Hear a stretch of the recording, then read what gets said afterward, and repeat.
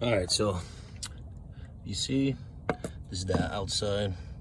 This bitch split. It wasn't even that fucking cold.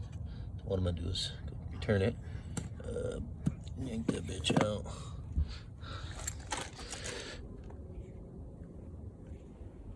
There's an adapter in there, but they had soldered this bitch.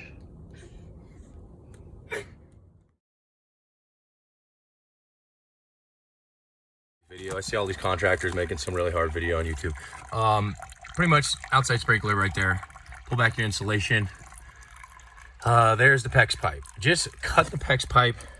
I used some trimmers like that, just some gardening trimmers. You don't have to get no PEX cutters or anything like that, doesn't matter. It's pretty much easy as you can get. Cut the thing right there.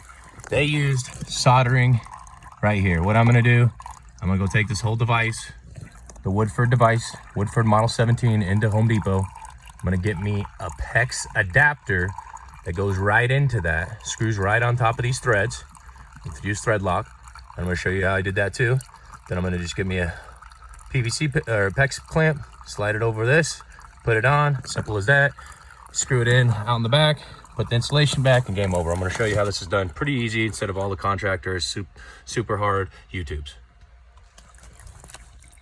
Remember to get a cup too, because we're trying to discharge the water from the system and it's still draining a little bit. Probably gonna fill up a cup. Shark bite, 1/2 inch for your PEX. Final step, coupler was on, adapter, shark bite, whatever you want to call it.